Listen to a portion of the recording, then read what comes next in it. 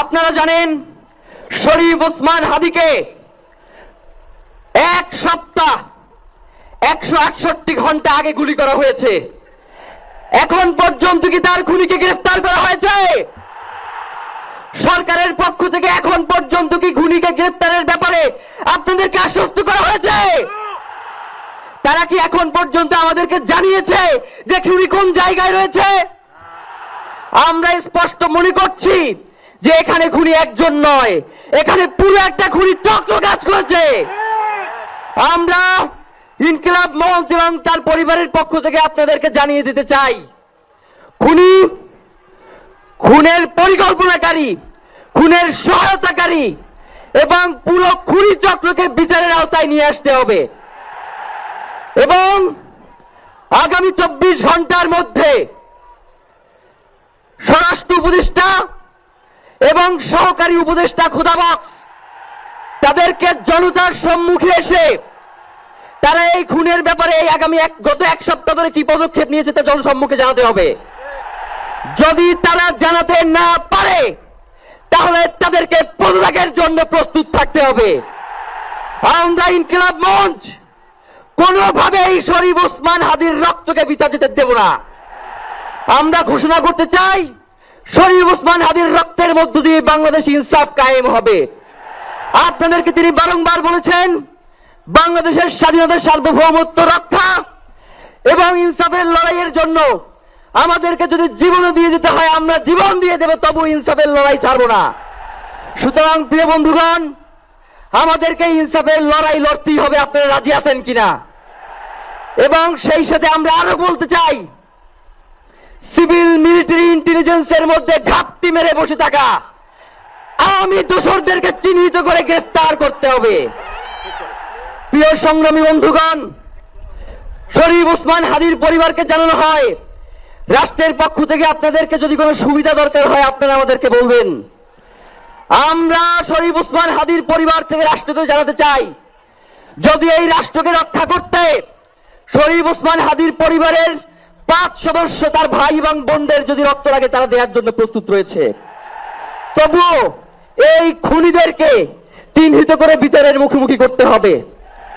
আমরা আপনাদেরকে আরেকটা ঘোষণা দিয়ে আজকের বক্তব্য শেষ করতে চাই, ওসমান হাদির নিরাপত্তার জন্যই কোন জায়গা থেকে তার লাশ নিয়ে যাওয়া হবে আমরা জানি না। ওসমান হাদি ভাই কি মৃত? তিনি আমাদের লক্ষ কোটি তরুণের মধ্যে জীবিত হয়ে যাবেন ইনশাআল্লাহ। আপনাদেরকে জানিয়ে দিতে চাই, কোন ধরনের সহিংসতা ছাড়া আমরা যেহেতু ওসমান হাদির লাশকে আমরা জাতীয় কবি কাজী নজরুলের পাশে দাফন করার ব্যবস্থা করতেছি, আপনারা সবাই এই প্রোগ্রাম শেষে জনতা মিছিল নিয়ে শাহবাগে চলে যাবেন। আমরা ওখানে গিয়ে আপনাদের সাথে দাফনের পরে কথা বলবো। হয় বাংলাদেশের স্বাধীনতা, সার্বভৌমত্ব থাকবে, বাংলাদেশের ইনসাফ কায়েম হবে, নয়তো আমরা বাংলাদেশের জন্য রক্ত দেওয়ার জন্য সবাই প্রস্তুত রয়েছি। এবং ইনকিলাব মঞ্চ ব্যতীত কারো কোনো প্রোপাগান্ডায় আপনারা কোনো ধরনের সহিংসতার পথ বেছে নেবেন না। আমরা ইনকিলাব মঞ্চের পক্ষ থেকে আপনাদেরকে জানাবো কখন কি ব্যবস্থা গ্রহণ করতে হবে। আপনাদের সকলকে, এই লক্ষ লক্ষ মানুষকে, আজকে শরীফ ওসমান হাদির জন্য যারা এসেছেন, শহীদ শরীফ ওসমান হাদি, তাকে আমরা সবাই দোয়া করব এবং তার যেই লড়াইয়ের পথ, তার যেই সাংস্কৃতিক আন্দোলন, তার যেই আধিপত্যবাদের বিরুদ্ধে লড়াই, আমরা সকলে সেটাকে একসাথে প্রতিহত করব। বাংলাদেশ জিন্দাবাদ, ইনকিলাব জিন্দাবাদ, নারায়ে তাকবীর, নারায়ে তাকবীর, দিল্লি না ঢাকা, দিল্লি না ঢাকা, গোলামি না আজাদি, ক্ষমতা না জনতা, আপোষ না সংগ্রাম, দিল্লি না ঢাকা। আমার ভাই কবরে, খুনি কেন বাহিরে, আমরা সবাই হাদি হব, গুলির মুখে কথা কব, আমরা সবাই হাদি হব। নারায়ে তাকবীর, ইনকিলাব ইনকিলাব, মুজিবাদ মুর্দাবাদ, ইনকিলাব জিন্দাবাদ। স্বরাষ্ট্র উপদেষ্টা এই শুয়োরের বাচ্চা কিছুক্ষণ আগে আইজিপি কে নির্দেশ দিয়েছেন। শুয়োরের বাচ্চা বলেছেন যে খুব দ্রুত প্রথম আলো এবং ডেইলি স্টারের এখানে কি হয়েছে এটা তাড়াতাড়ি এদেরকে সেভ দেওয়ার জন্য। এই শুয়োরের বাচ্চাদের মাগিদের সাথে আকাম কুকামের ভিডিও থাকে, ওদেরকে দিয়ে যা মনে চায় তাই বানানো যায়, যে কারণে এদেরকে দিয়ে এগুলো করা যায়, এগুলো করানো হচ্ছে। তো পুলিশকে বলবো, কোনো শুয়োরের বাচ্চা, কোনো পুলিশের কোনো শুয়োরের বাচ্চা যদি নাকি তোরা আমাদের কোনো পোলাপানের গায়ে যদি মিনিমাম টাচ করার চেষ্টা করি, সবকারে ইন্ডিভিজুয়ালি দেখা হবে। কোনো শুয়োরের বাচ্চারা কোনো জায়গায় কোনো জোনের ডিসি, এডিসি, এসপি, এই পুলিশের ওসি কোনো শুয়োরের বাচ্চারা শান্তিতে থাকতে দেব না। তারপরের দিন থেকে ওটার পিছনে লাগা হবে, যা যখন যেখানে যেটা পাওয়া যাবে, যেটা বের করা যাবে সেটা করা হবে। সো খুব সাবধানে, এদের গায়ে, এরা এই দেশের বিপ্লবী, এদের কারণে তোরা এখানে এই ঢাকা শহরে ডিসি হয়েছিস, তোরা ছিলি খাগড়াছড়ি, বান্দরবন, সিরাজগঞ্জ সিআইডি এসবিতে নিয়ে বসায় রাখা হয়েছিল, এদের কারণে তোরা ঢাকাতে আসতে পারছিস। অতএব খুব সাবধানে করতে হবে। এই দেশের মানুষের যে ভুল হয়েছে 5 তারিখের পরে, ভাই আপনি আমাকে বলেন, প্রথম আলোর একজন সাংবাদিক, কালবেলার একজন সাংবাদিক, 71 টেলিভিশনের, সময় টেলিভিশনের একজন সাংবাদিক, একাধিক এই দেশের আলেম বক্তব্য দিয়েছে, তারা স্বীকারোক্তি দিয়েছে, তারা বিভিন্ন জায়গায় ইন্টারভিউতে বলেছে তাদের গুম করা হতো। সেই গুম করার এখানে প্রথম আলোর এই টিপু সুলতান নিজে উপস্থিত থাকতো, মহিউদ্দিন নিজে উপস্থিত থাকতো, মোদির সাথে কথা বলতো ইন্টারোগেট করা অফিসার, ডেইলি স্টারের লোকজন উপস্থিত থাকতো, সন্তোষ শর্মা নিজে উপস্থিত থাকতো। আপনি আমাকে বলেন এই পৃথিবীর কোন আইন দিয়ে সেই মানুষগুলো আবার এই দেশে সাংবাদিকতা করবে? গতকালকে একটা ইয়ের মধ্যে পাকিস্তানের পতাকা বসানো হয়েছে জগন্নাথ ইউনিভার্সিটির পাশে, জগন্নাথ ইউনিভার্সিটির ভেতরে, ক্যাম্পাসের ভেতরে, সেখানে ভারতীয় কিছু দালাল পাকিস্তানের পতাকা, ভাই পাকিস্তানের পতাকার মধ্যে আপনি হাগেন, আমার কোনো সমস্যা নাই। আপনি ভারতের ব্যাপারে এই মুহূর্তে পাকিস্তানের সাথে আমার সমস্যা কি? কোনো সমস্যা আছে থাকলে আপনি ভাই উদ্ধার করেন, আমার কোনো সমস্যা নাই। কিন্তু আমার এই মুহূর্তে আমার একটা ছেলেরে মেরে ফেললো এই ভারত, আপনি আমার পাকিস্তানের উপরে পাড়া দিয়ে এই করেন, এগুলো ভারত করায়। সেই নতুন করে এক বার করার চেষ্টা করে পাকিস্তানের বিরুদ্ধে। আরে ভাই পাকিস্তানের বিরোধিতা, পাকিস্তানকে আমার ভালো লাগে, পাকিস্তানের সাথে আমরা এক হইতে গেছি না, পাকিস্তান আমার সাথে এক হইতে আসছে। আপনি ভারত আমার প্রতিদিন, গতকালকে মানুষ মেরেছে ভারত, সীমান্তে মারে নাই, গতকালকে মেরেছে। এই গত 15 বছরে কত মানুষকে গুম করেছে ভাই, প্রকাশ্যে। শিলং সালাউদ্দিনকে নিয়ে গিয়েছে, শিলং সালাউদ্দিন ওইখানে গিয়ে মাগিবাজি করেছে, কি করেছে না করেছে তাদের কোনো রাগ নাই, কোনো সমস্যা নাই, তাকে তো নিয়ে গিয়েছে ভারত। সুখরঞ্জন বালিকে বাংলাদেশের সর্বোচ্চ আদালতের সামনে থেকে তুলে নিয়ে যাওয়া হয়। সেই দেশ তো এটা, একটা নদীর পানির হিস্সার কথা বলে ফেসবুকে একটা পোস্ট করার কারণে আবরারকে হত্যা করা হয়েছে, সেই বাংলাদেশ। আপনি সেই ইন্ডিয়ার বিরুদ্ধে একটা পোস্টও নাই আপনাদের। ভাই আপনি আমারে পাকিস্তানি বলেন, আমারে ভারতীয় বলেন, যা মনে চায় যে এটা বলে গালি দেন। আমি যদি দেখি যে আপনি পাকিস্তানকে বলে পাকিস্তানের বিরুদ্ধে বলছেন, অ্যাজ ওয়েল আপনি এই এই ইন্ডিয়ার বিরুদ্ধে বলছেন, আমি বুঝবো যে না ভাই এই লোকটা দেশপ্রেমিক। আমি পৃথিবীর, আমি আমেরিকায় আছি, তো আমার আমেরিকাও আমার বাংলাদেশের বিরুদ্ধে অবস্থান নেই, এটা আমি কখনোই চাবো না।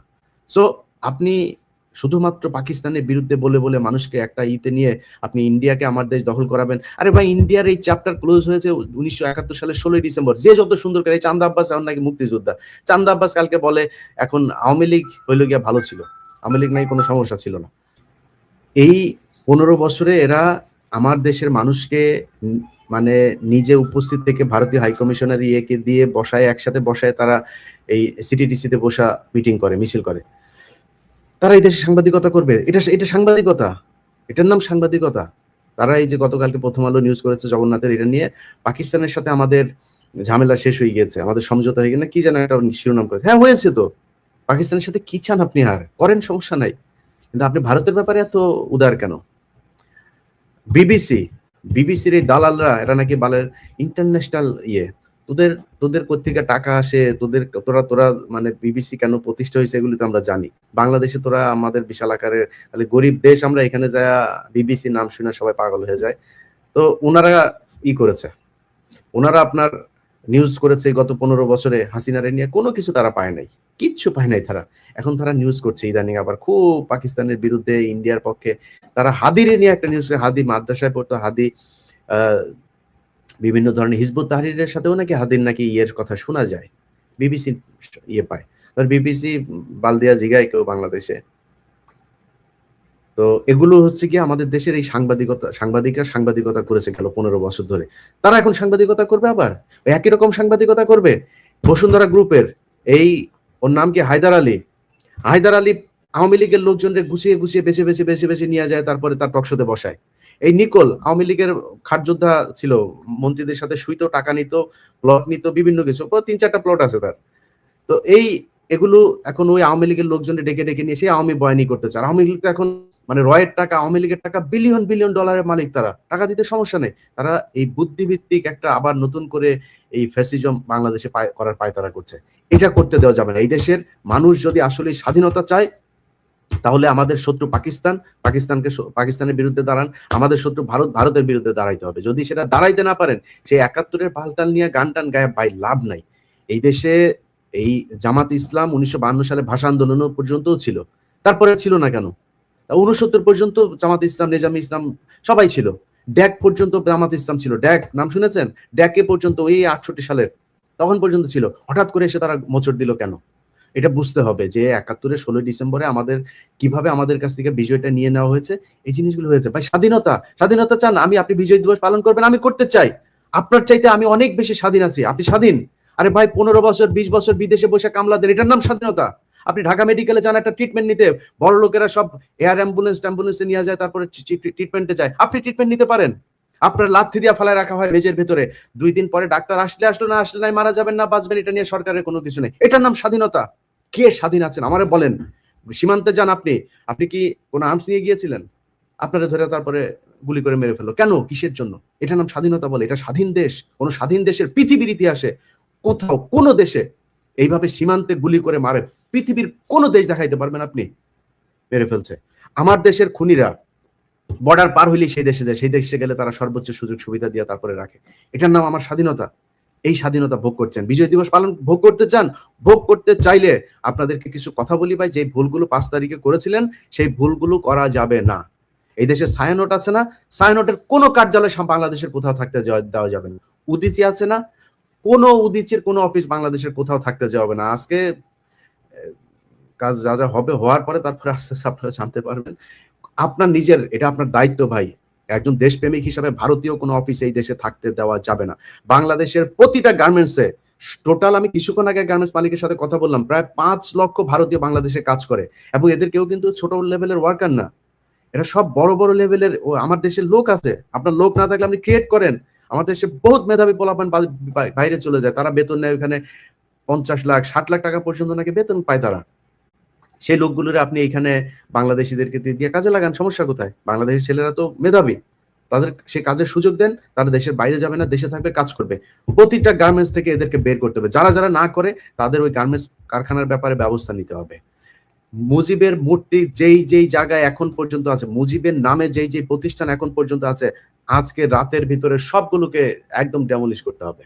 কোনো কথা নেই, এর মাঝখানে কোনো যদি কিন্তু কোনো কিছু নাই। আওয়ামী লীগ যাহা তাহাই ভারত, ভারত যাহা তাহাই আওয়ামী লীগ।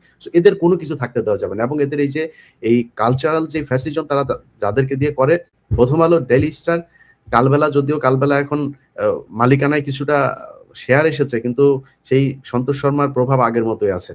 কিছুটা কমেছে কিন্তু প্রভাব আছে এখন পর্যন্ত। তাদেরকে এটার ব্যাখ্যা দিতে হবে। সন্তোষ শর্মা কেন হারুন ইজাহারকে জিজ্ঞাসাবাদে গুম থাকা অবস্থায় তিনি কেন কথা বলে তার সাথে জিজ্ঞাসাবাদ করেছিল? কেন যেই গুম হয়েছে সেই সব গুম থাকা মানুষের সাথে কেন এই সন্তোষ শর্মা ইন্ডিয়ান বাহিনী নিয়ে এসে তারপরে বাংলাদেশ পুলিশের সাথে থাকতো? এটা জবাব দিতে হবে। তারপরে তারা এই দেশে সাংবাদিকতা করবে, বিচার হবে, বিচারের সাজা খাটবে, খাটার পরে এসে কথা বলবে যে হ্যাঁ ঠিক আছে, এখন আপনি থাকতে পারবেন কি না পারবেন এই দেশে। সো আপনাদের কাছে ভাই অনুরোধ, যেই জায়গায় আপনার বাড়ির আশপাশে যে আওয়ামী লীগ আছে, যে আওয়ামী লীগরা দেখেন এখনো পর্যন্ত ফেসবুকে হালকা হালকা করে তারপরে পোস্ট করে, বিভিন্ন সময় আওয়ামী লীগের যে প্রোগ্রামগুলো থাকে সেই প্রোগ্রামের দিন তারা রাতের বেলায় উধাও হয়ে যায়, তাদের ব্যাপারে আপনাকে ব্যবস্থা নিতে হবে। কোনো রাজনৈতিক দলের কাছে বিশেষভাবে কোনো অনুরোধ নাই ভাই। এদেশে বহু রাজনৈতিক দল আছে যারা কিনা এখন ক্ষমতায় যাবে বা ক্ষমতায় এখন আছে, মোটামুটি ভালো আছে, এই জন্য তাদের ভালো লাগে না আমাদের কথাবার্তা। ভাই এই দেশের কাছে কোনো সুবিধা নেওয়ার জন্য কিছু বলি না, আপনাদের কাছেও যাব না। কোনো দল ক্ষমতায় আসবে আর তার কাছে যায় বলবো ভাই আমারে একটু এইটা দেন, একটা প্লট দেন, কিছু একটা দেন, যাবো না ভাই। কোনো কিছুর জন্য যাব না আপনার কাছে। খালি এই দেশটা আওয়ামী লীগ মুক্ত হইতে হবে। আওয়ামী লীগ মুক্ত যদি না হয় তাহলে এই দেশে হাদিরা বাঁচতে পারবে না। আজকে শুধু হাত মারা গিয়েছে আপনার মনে হয়?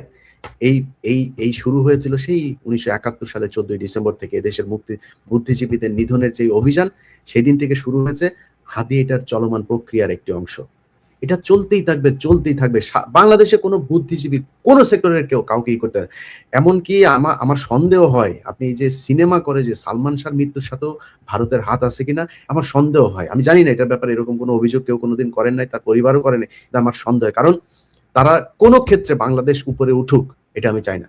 ছোট্ট একটা গল্প বলে আপনাদেরকে আমি অনুষ্ঠানটা শেষ করি। একজন সেনাবাহিনীর খুব ঊর্ধ্বতন কর্মকর্তা, র্যাবের এডিজি ছিলেন তৎকালীন।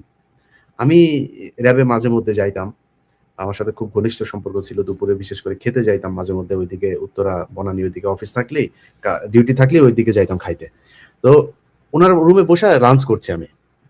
এর মধ্যে একজন সাব ইন্সপেক্টর আসলো, তারপর বললো যে স্যার উনি আসছেন, খুব অসুবিধা হইলো, ওনারকে পাঠাবো।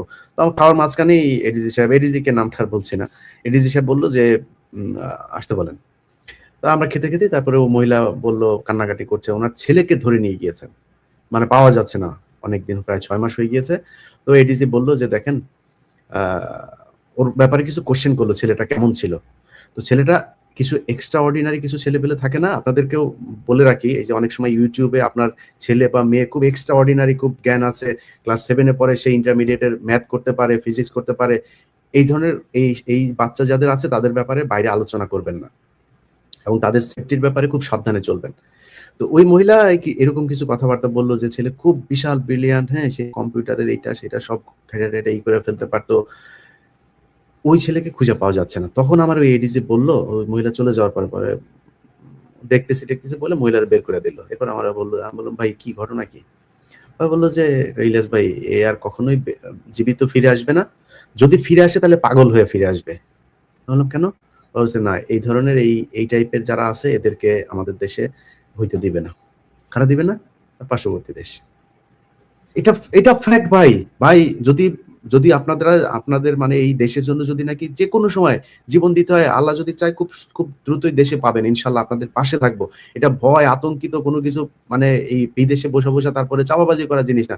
এই দেশে যখন ছিলাম তখনও অন্যায়ের বিরুদ্ধে প্রতিবাদ করেছি, এখানে এসেও যে খুব শান্তিতে অন্যায়ের বিরুদ্ধে প্রতিবাদ করেছি, খুব স্মুথ ছিল এই জার্নিটা, না ভাই, বহুত কষ্ট সহ্য করতে হয়েছে। এখনো পর্যন্ত সেই পেইন এখনো নিতে হচ্ছে। তো আপনাদের পাশে ইনশাল্লাহ চলে আসবো। এই বছর, এই 2026 সালের ভেতরে ইনশাল্লাহ দেশে আসবো। দোয়া করেন আল্লাহ যেন জীবিত দেশে নিয়ে আসেন, সুস্থ রাখেন। আপনাদের কাছে অনুরোধ থাকবে ভাই, এই ইন্ডিয়া আমাদের শান্তিতে থাকতে দিবে না, জীবনেও দিবে না। আপনি বিএনপি করেন ভাই, কোনো সমস্যা নাই, আমারে জামাত বলেন, জামাত করেন, আপনি আমার বিএনপি বানান, যা মনে চায় বানান, কোনো সমস্যা নাই। আপনার কাছে অনুরোধ, ইন্ডিয়ার ব্যাপারে সিরিয়াস হইতে হবে। যে যার জায়গা থেকে কিছু টাকা পয়সার জন্য আপনার ভবিষ্যৎ প্রজন্মকে ভারতের সামনে এইভাবে একটা সিংহের খাঁচার মধ্যে আপনার ভবিষ্যৎ প্রজন্মকে ছেড়ে দিয়ে যায় না। আপনাদের কাছে অনুরোধ থাকলো, সো আগামী কালকের ভেতরে এই দেশকে ভারত মুক্ত করতে হবে। আদিল লাশ দাফনের আগে এই দেশে ভারতের যত টুলস আছে প্রতিটা ইনস্ট্রুমেন্টকে এই দেশ থেকে একদম উইপড আউট করতে হবে। এছাড়া আপনি আজকে হাদি মরেছে, কালকে হাসনাত মরবে, পরশু আমি মরবো, তারপরের দিন সার্জিস মরবে, আপনারা কেউ থাকতে পারবেন না, একজনও বাঁচতে পারবে না। কয়েকদিন আগে হাদির একটা কবিতা দেখেছেন না? বিশ্বাস করেন ওই কবিতাটা দেখার পরে আমি এই ধরনের, মানে সাইদি সাহেবকে কেন মেরেছে, সাইদি সাহেব একটা মিটিং করলে আমি বিশ্বাস করি সাইদি সাহেব যদি বেঁচে থাকতো, আজকে যদি ওনার মানে জেল থেকে বের হওয়ার পরে প্রথম কোনো জনসভা হইতো, যদি কম হইতো তাহলে 1 কোটি মানুষ হইতো, আমি এটা বিশ্বাস করি। এই তারেক রহমান দেশে যাচ্ছে না, আপনি দেখবেন তারেক রহমান দেশে যাওয়ার পরে, যদি তারেক রহমান দেশেই থাকতো তাহলে হয়তো এত জনপ্রিয় হইতো না। তারেক রহমান দেশে যাওয়ার পরে দেখেন আপনি কি পরিমাণে মানুষ ওই দিন ঢাকা শহর, আমি তো মনে করি বাংলাদেশ ওই দিন অচল হয়ে যাবে। কেন তারেক রহমানকে কেন টার্গেট, খালেদা জিয়াকে কেন টার্গেট? শুধুমাত্র ইন্ডিয়ার কারণে। জিয়াউর রহমানকে মারা হয়েছিল কেন ভাই? শুধু ইন্ডিয়া বিরোধিতার কারণে। শেখ মুজিব ইন্ডিয়ার বিরুদ্ধে কিছু ব্যবস্থা নিয়েছিল, যেটা আওয়ামী লীগ বলে না। শেখ মুজিবের ওই জিনিসগুলো নিয়ে যদি আলোচনা করতো, শেখ মুজিব স্বাধীনতা চায় নাই ভাই, ওই জিনিসগুলি নিয়ে আলোচনা করেন, আমি শেখ মুজিবের পক্ষে অনেক কথা বলতে পারবো। কিন্তু আপনারা ওইটারে নেগেটিভ বানায়, আপনারা মিথ্যাটাকে পজিটিভ বানায় শেখ মুজিবকে এক আলাদা নায়ক বানিয়েছেন। ওইভাবে বানাইতে পারবেন না। ইতিহাস এত সহজে আপনি বিকৃত করে ফেলতে পারবেন না, ইতিহাস এখনো অ্যালাইভ। সো আপনি এগুলো চলে আসবে, যত বিতর্ক করবেন, আপনি 16 ডিসেম্বর নিয়ে বিতর্ক করবেন, 30 লাখ নিয়ে বিতর্ক করবেন, 2 লাখ, আমরা চাই এটা বিতর্ক হোক, খুবই চাই। কত হাজার মানুষ আসবেন, আমি একা বসবো ভাই আপনার সাথে এটা নিয়ে বিতর্ক, একদম ডকুমেন্ট সব, বইয়ের পৃষ্ঠা সহ আপনারা দেখাই দেব। সো এগুলো আপনাদের কাছে অনুরোধ থাকবে। আমাদের শত্রু ভাই ভারতের বাইরে কোনো কিছু নেই। আপনি বিএনপির এক ভাই আমার আজকে গালাগালি করে, আরেক ভাই আমারে গালাগালি করে, আরেকজন, আমার কোনো সমস্যা নেই ভাই, আপনি যেটা বুঝেছেন বুঝে আমার গালাগালি করছেন, কোনো সমস্যা নেই। কিন্তু আপনারা বুঝতে হবে যে আমরা যে বিষয়টা নিয়ে কথা বলি, সেই বিষয়টা আপনার নিরাপত্তার জন্য কথা বলি, এই দেশের জন্য কথা বলি। এই দেশের এই গত 1.5 বছরে ইলিয়াস হুসাইনের ব্যাপারে ইনশাল্লাহ তারাই একদিন তাদের মুখ থেকে বলবে, তাদেরকে নিয়ে আসবো আপনাদের কাছে, তারা বলবে। এই আজকে রাতে ঘুমাইছিলাম, একজনের জামিনের ব্যাপারে আমি সেই কল ধরতে পারিনি, এখানকার রাত 3টা 3:30টার সময় কল দিয়েছি, সকালে উঠে দেখলাম যে আমি ইয়ে করে রেখেছে, পোস্ট দিয়ে রেখেছে, মেসেজ পাঠিয়েছে, অনেকবার কল দিয়েছে। জামিন হয়েছে ছাড়ে না, জামিন হলে বারবার পুশ করতে হয়, পুশ করতে হয়। কেন ভাই? জামিন হলে আপনার সমস্যা কোথায়? সেই সন্ত্রাস দমন আইন, সেই সন্ত্রাস বিরোধী আইন, সেই আইনে আটক করেছে 2009 সালে, 10 সালের আটকে তারা এখন পর্যন্ত জেলখানায় আছে। এদের বাঁচাইতে হবে। বিডিআর এর যে লোকগুলি এখন পর্যন্ত জেলখানায় আছে, বিডিআর কমিশন রিপোর্ট দিয়েছে না? রিপোর্ট অনুযায়ী আপনি অ্যাকশন নিচ্ছেন না কেন? নিবেন না। নিতে হইলে ভারত মুক্ত হইতে হবে আমাদের সব জায়গায় ভাই, যেখানে হাত দেন। আমি এক খুব ছোট ক্ষুদ্র একটা মানুষ ভাই, আমার জ্ঞানে যতটুকু আল্লাহ জানি না কেন বুঝাইছেন, কি কারণে আমার এই রক্তের মধ্যে এটা ঢুকেছে আমি বলতে পারবো না ভাই, কিন্তু আমি এইটা বুঝছি যে ইন্ডিয়া আমার সব সমস্যার মূল কারণ। তারা আমাদের সরাইতে হবে। এটা ছাড়া আমার দেশের মুক্তির কোনো রাস্তা নেই। কেউ বাঁচতে পারবে না, দেশপ্রেমিক কোনো মানুষ এই দেশে বাঁচতে পারবে না যদি ইন্ডিয়ার এদেরকে। সো উদিচি, ছায়ানট, প্রথম আলো, ডেইলি স্টার, এগুলো প্রথম আলো ডেইলি স্টারের মোটামুটি একটা সাইজ হয়েছে। আচ্ছা, ওই আমি একটা প্রতিষ্ঠানের নামটা মনে করতে পারছি না, যেটা কিনা আপনার ওই যে মানিক মিয়া এভিনিউতে 2004 সালের সময় বসেছিল। আরেকটা এনজিও আছে, যে এটা হচ্ছে ইন্ডিয়ান এনজিও। সো এদের ভাই কোনো কিছু থাকতে পারে না, মুজিবের কোনো কিছু থাকতে পারবে না, মুজিবের নামের কোনো কিছু থাকতে পারবে না। সব আল্লাহর ওয়াস্তে আজকে রাত আর কালকের ভেতরে শেষ করবেন। আল্লাহ হাফেজ।